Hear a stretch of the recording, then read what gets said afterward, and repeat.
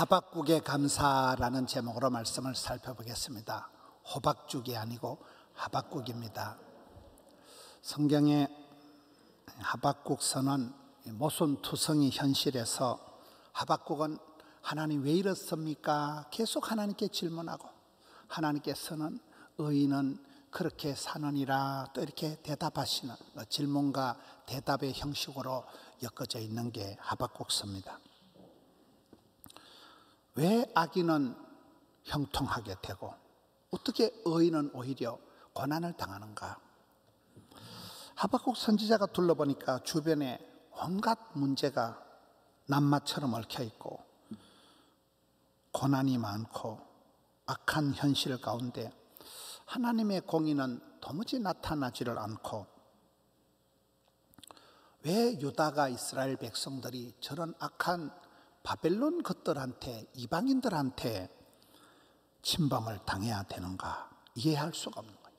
공의로우신 하나님께서 왜 저렇게 죄악을 가만히 보고만 계시는가 괴로워하면서 질문을 합니다. 하나님께서는 결국 믿음의 삶이라는 것은 의인은 오직 믿음으로 산다, 그 유명한 말씀이 이제 저기에 나옵니다.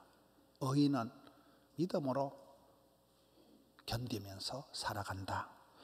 저 말씀에 로마서에 바울이 인용을 하고, 저 말씀에 은혜를 받은 16세기 마르틴 루터가 솔라 피데 오직 믿음으로 해서 종교개혁을 일으키게 됩니다. 이 하박국은 무엇을 가지고 감사를 드렸을까요? 하박국의 감사를 세 가지로 살펴보려고 합니다. 첫째는 하박국은 이 불공평한 현실 가운데, 악한 현실 가운데서도 흥분하지 않고 열받지 않고 마음의 평정심을 유지했다는 것입니다. 좌로나 우로나 치우치지 않고 균형을 잡은 것입니다. 여러분, 이 시대가 얼마나 좌우가 극심하게 대립을 하고 전쟁을 치르고 있는 시대가 우리 시대입니다. 그런 와중에서도 한쪽으로 쏠리지 않고 반듯하게 중심을 잡은 사람이 하박국입니다. 여러분, 우리가 정치 바람에 휩쓸리고 여러 가지 일들 가운데 감정적으로 격하게 반응을 하기 시작하고 분노 조절 장애가 오고, 정치든 경제든 사회든 외교든 어떤 경우에도 우리가 흥분하기 시작하면, 열받기 시작하면 마음의 평정심을 잃어버리는 거예요. 그러면 건강이 무너지고 많은 문제가 생기는 것입니다. 남쪽과 북쪽, 좌파와 우파, 진보와 보수, 동과 서가 양극화를 이루고 극단적인 대치를 하고 있습니다. 끊임없는 비난과 멸시, 죽기 살기로 싸우는 우리 이 땅의 오늘의 모습을 우리가 보게 됩니다. 그럴 때 믿음의 사람은 하나님 중심, 성경 중심, 교회 중심, 이 중심을 잘 잡아야 된다는 거예요.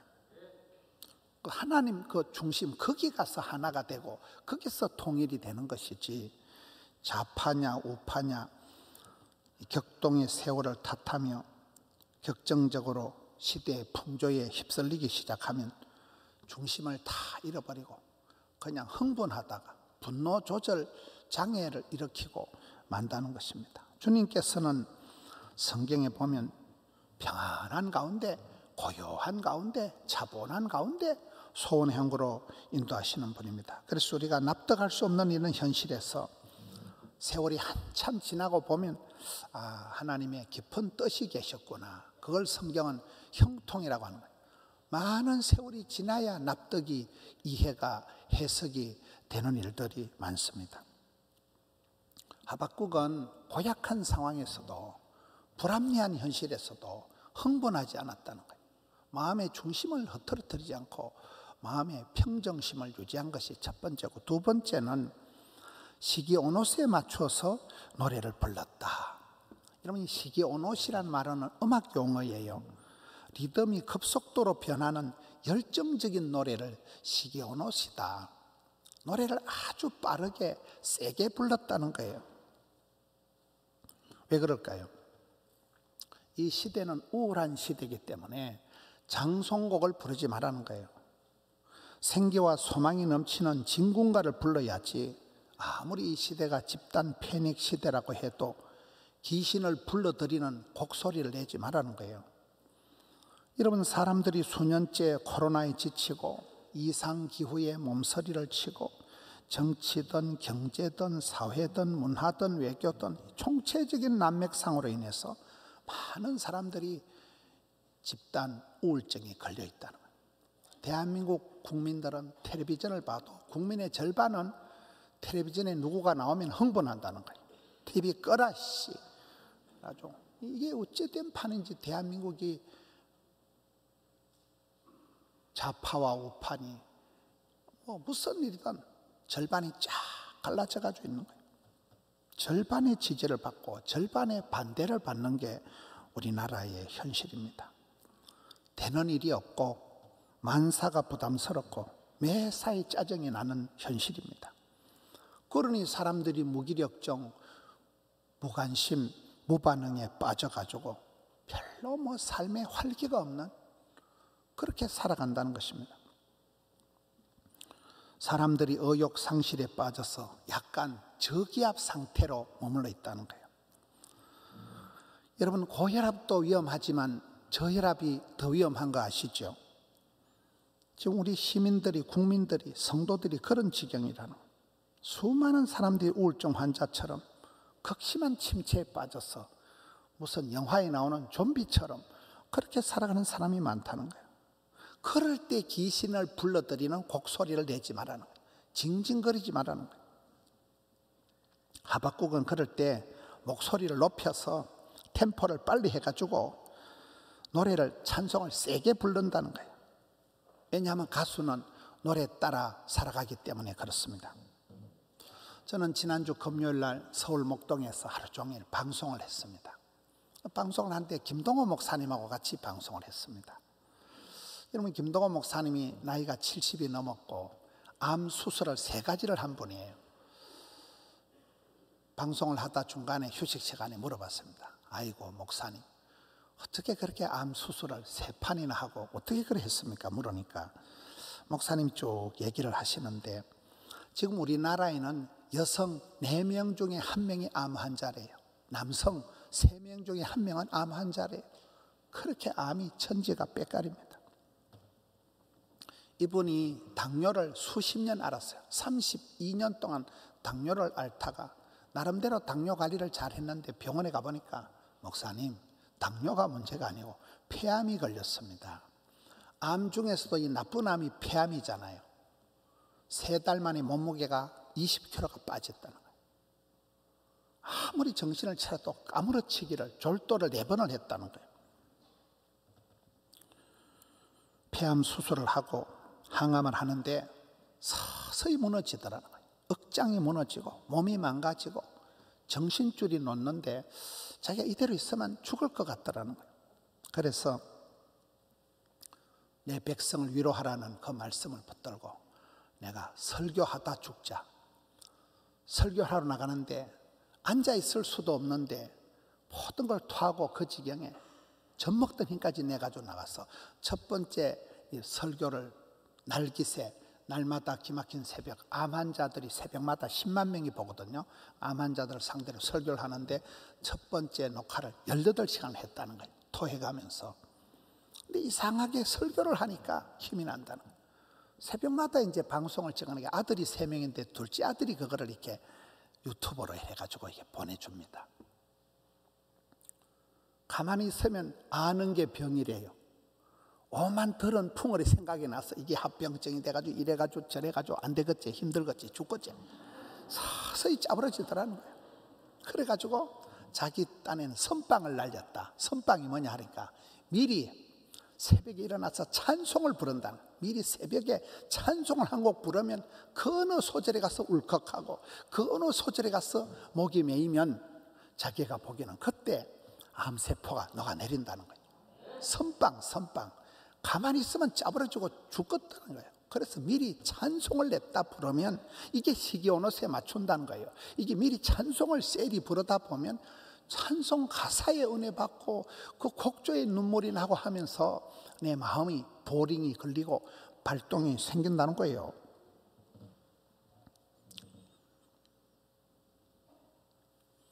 송충이는 솔잎을 먹어야 된다고. 나는 일을 하다 죽을 기다. 나는 방송 설교하다 확 죽을 거다. 이래가지고 설교를 하러 나가면 이상하게 힘이 난다는 거예요. 찬송 부르다가 새벽에 찬송 한 곡을 부르는데 거기서 마음에 발동이 걸리고 작동이 생긴다는 거예요. 그래도 그 다음에 또 전립선암 수술도 하고, 그 다음에 또 갑상선암 수술도 하고, 4년여간의 암 수술 3가지 했습니다. 옆자리에 앉아서 같이 얘기를 하고 밥을 먹는데 뭐 정신 아무거나 다 잡사. 얼굴이 저보다 더 피부가 좋아. 야, 그분의 표현은 뭐라고요? 선빵을 날려야 된다는 거예요.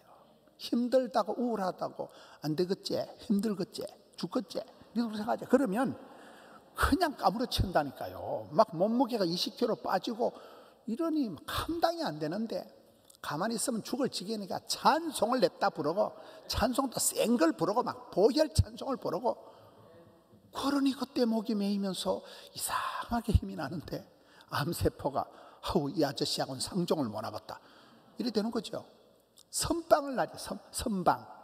미리 찬송을, 센 찬송을 불러야지 장송곡 같은 건 안 부른다는 거예요. 여러분, 그렇습니다. 우리가 두려울 때, 무서울 때 사탄, 마귀, 귀신을 불러들이는 노래를 부르지 말라는 거예요. 원불교 주제가, 원망, 불평, 교만의 주제가를 부르지 말라는 거예요. 회복의 노래를 불러라. 감사의 찬송을 힘차게 템포를 빨리 해서 목소리를 한 옥타브 올려가지고 세게 부르면 가수는 노래 따라 살아간다는 거예요. 옛날에 울고 싶어라, 그 가수 죽었잖아요. 울고 싶으면 안 되는 거예요. 여러분, 코로나 이후에 얼마나 성도들이 기가 막히고 모든 게 막히고 주눅이 든 세월이 3년이 지났습니다. 근데 오늘 성경에 보니까 비슷한 말씀이 나오더라고요. 수년 동안 고생을 했는데 하박국이 기도하기를, 여호와여, 내가 주님께 대한 소문을 듣고 놀래 자빠졌습니다. 수년 내에 부응하게 하옵소서. 수년 내에 진노 중에라도 긍휼을 베풀어 주옵소서. 오늘 우리 시대에 딱 필요한 기도입니다. 수년 동안 고생을 했지만은 하나님께서 수년 내에 회복시켜 주신다는 거예요. 진노와 슬픔 중에서라도 하나님은 얼마든지 회복해 주시는 분이 우리 하나님이십니다. 기도 제목이 달라지고 찬송과 가사가 변하면 절망과 탄식 가운데서 여호와의 얼굴을 구하고 성호를 부르고 예수 이름으로 부르짖으면 그때 기도가 주께 상달되고 찬송이 하늘에 사무치면서 우리의 삶의 결이 달라진다는 거예요. 찬송을 부르다가, 여러분, 찬송가 가사를 보면 저는 찬송을 작사 작곡한 분들은 천재라고 봐요. 어떨 땐 찬송 가사를 보면 얼마나 이렇게 내 마음하고 똑같은지, 그 복잡한 마음을 단어 한두 단어에 쏙 빼 닮아가지고 그렇게 정미한 그런 찬송을 부르다가 울고 하나님 앞에 죄송하고 회개가 터져나오고, 그럴 때 암덩어리가 녹아내리는 것입니다. 가슴에 맺힌 한이 변해서 흥이 된다는 거예요. 원래 우리나라 사람들은 풍악을 즐긴다, 가물을 즐긴다, 춤무자 노래 같자, 춤과 노래를 즐기는 백성들입니다. 신명을 알고 흥을 아는 백성들이, 흰옷을 즐겨 입는 백이민족입니다. 아침이 고요한 나라예요. 우리나라 사람들은 종교심이 깊고 절대음감이 뛰어난 백성들입니다. 시골의 할머니들 북치고 장구치면 다 덩실덩실 춤을 잘 춰요. 우리 백성들이 종교심이 깊어서 500년을 주기로 종교를 가감하게 바꾼 민족이 우리나라란. 옛날에는 샤머니즘이겠지요. 또 그 전에는, 그 다음에는 불교겠지요. 이시조선 500년은 유교겠지요. 지금은 기독교입니다. 기독교. 대한민국은 종교심이 뛰어나서 종교를 바꿔버린다니까요. 말이 씨가 되고 입술에 열매가 있고 혀에 복록이 있기 때문에 기도가 달라지고 노래가 가사가 달라지면 한이 변해서 흥이 되고 콤플렉스가 스타렉스가 되고 그 마음에 참 구성진 슬픈 사연들이 노래가 되고 간정이 되어지는 것입니다. 시냇가에 자갈이 있으면 물의 흐름을 틀어막는 꼴이 되지만은 자갈이 있기 때문에 졸졸졸졸 시냇물이 노래를 부른다는 것이죠. 사도 바울은 감옥에 갇혀 있으면서도 사방으로 우겨쌈을 당해도 그의 빌립보서 옥중 서신의 주제어는 기쁨입니다. 기쁨이가 샘솟듯한 거예요. 새털처럼 자유롭게 살아간 사람이 사도 바울입니다. 다윗이 범죄했을 때도 하나님 구원의 즐거움을, 구원의 감격을 회복시켜 주옵소서. 오늘 성도들이 아무리 고약한 현실에 살아갈지라도 저기압 상태에 머물러 있지 말라는 거예요. 그게 독이 되고 그게 병이 된다는 거예요. 시대의 고통, 시대의 눈물, 시대의 우울을 예수 이름으로 거절을 하라는 거예요. 여호와의 이름을 부르고 앙망, 우러를 앙자, 바랄망자, 주를 바라보는 사람은 거친 바람이 몰아와도 독수리가 날개침같이 맞바람을 타고 비상을 한다는 거예요. 이 풍랑이 연하여서 더 빨리 가는 것입니다. 느헤미야는 보니까 백성들이 자꾸 울고 짜니까 울지 마라. 오늘은 성일이다. 오늘은 기쁜 날이다. 백성들을 향해서 근심하지도 말고 슬퍼하지도 말고 짜지도 말고 단 것을 갖다 먹어라. 달달한 걸 먹고 그리고 없는 것들 단 것을 나눠주라. 여호와로 인하여 기뻐해라. 얼마나 멋있습니까? 슬픈 기색을 띠지 말라는 거예요. 징징거리지 말라는 거예요. 장송곡을 부르지 말라는 거예요. 시편 37편에 보면 악한 것들 때문에 열받지 말라는 거예요. 못된 것들 때문에 흥분하지 말라는 거예요. 그것들 때문에 불평하고 시기하지 말라는 거예요. 왜 그렇습니까? 2절에 보면 덜의 풀과 같이 여름철에 무성한 풀이 가을에 농부산에서 싹둑 잘라가지고 바짝 말른 것까지 불 싸지르면 뽀지직 한 방에 불타고 없다는 거예요. 여러분 날아가는 새를 떨어뜨릴 만큼 권세를 부리고 하지만은 열흘 붉은 꽃이었고 10년간은 권력이었고 그렇습니다. 정권도 바뀌고 대통령도 바뀌고 다 지나가는 것입니다. 그렇기 때문에 순간적으로 살아가는 그런 것 때문에 흥분하지 말라는 거예요. 열받지 말라는 거예요.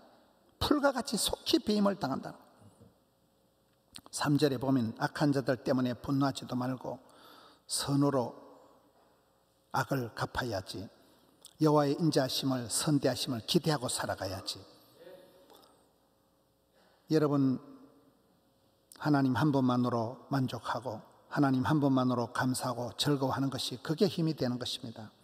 시편 107편에도 보면 큰 풍랑이 일어나서 죽을 지경이 되었을 때 하나님께 고통 가운데 부르짖으면 하나님께서 그 광풍을 잔잔케 하여 주시고 고통에서 건져 주시고 마음의 평안함을 주시는데 차분한 가운데 고요한 가운데 소원의 항구로 냅다 인도하신다는 그 하나님의 인자하심을 기이한 축복을 바라보고 찬송을 부르라는 말씀입니다.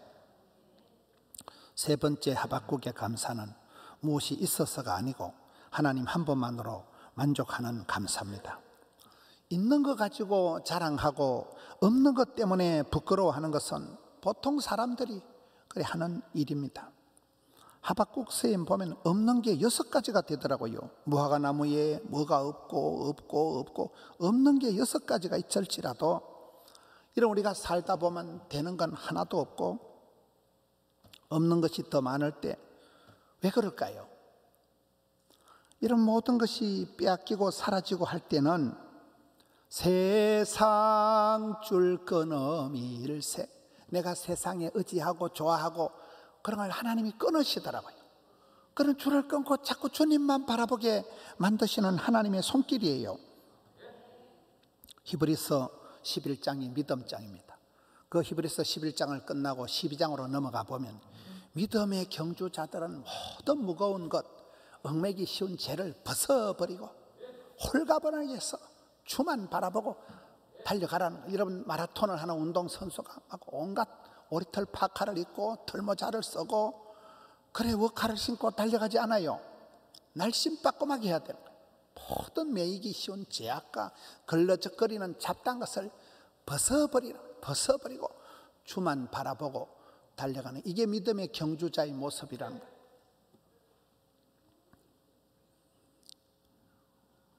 빼앗긴 덜에도 꽃이 피는 것이고, 여러분 나이가 들어갈수록 우리가 포기해야 되는 게 많아요. 많이 내려놔야 됩니다. 나이가 들수록 집착을 하면, 고착 붙잡으면 그게 병이 됩니다. 연세가 드셔도 고목나무에도 꽃이 피는 것이고, 여러분 하나님이 은혜를 베풀어 주실 때 늙어도 결실하고 진액이 풍족하고 빛이 때깔이 청청한 법이지, 우리가 욕심 부려서 붙잡는다고 노탐을 부린다고 되는 게 아니라는 거예요. 있는 것이 자랑이 되지만은 실상은 없는 것이 많을 때, 그때 비로소 작은 것 하나가 얼마나 소중한가를 절실하게 깨닫게 되는 것입니다. 소유의 개념이 아니라 존재론적인 감사가 되는 것입니다. 주님은 주신 자도 주님이시요 취하신 자도 주님이신데, 하나님 한 분만으로 만족하고 즐거워하는 그것이, 이 하박국의 노래가 하나님 한 분으로 감사하고 즐거워하고 노래하는 것이, 이것이 신앙의 핵심이 되는 것입니다. 하나님만이 우리의 힘이 되시고 기댈 언덕이 되시고 피난처가 되십니다. 우리가 이 복잡한 현실을 살아갈 때 보면 하나님께서는 그 모든 잡다한 것을 나를 건져내셔서 나의 발을 사슴의 발같이 높은 곳으로 이끌어 주시는 분이 하박국의 하나님, 우리 아버지 하나님이십니다. 있는 것 가지고 자랑하지 말고, 없는 것 때문에 부끄러워하지도 말고, 무엇이 있다고 없다고 원망 불평을 하지 말라는 거예요. 그럼에도 불구하고 여러분, 우리는 하나님 한 분만으로 감사 만족이 되어질 수가 있어야 됩니다. 아직도 그렇지 못하다면 내 신앙이 잡동사니 신앙에 불과합니다. 코로나는 알곡과 쭉정이를 확 갈라붙였습니다.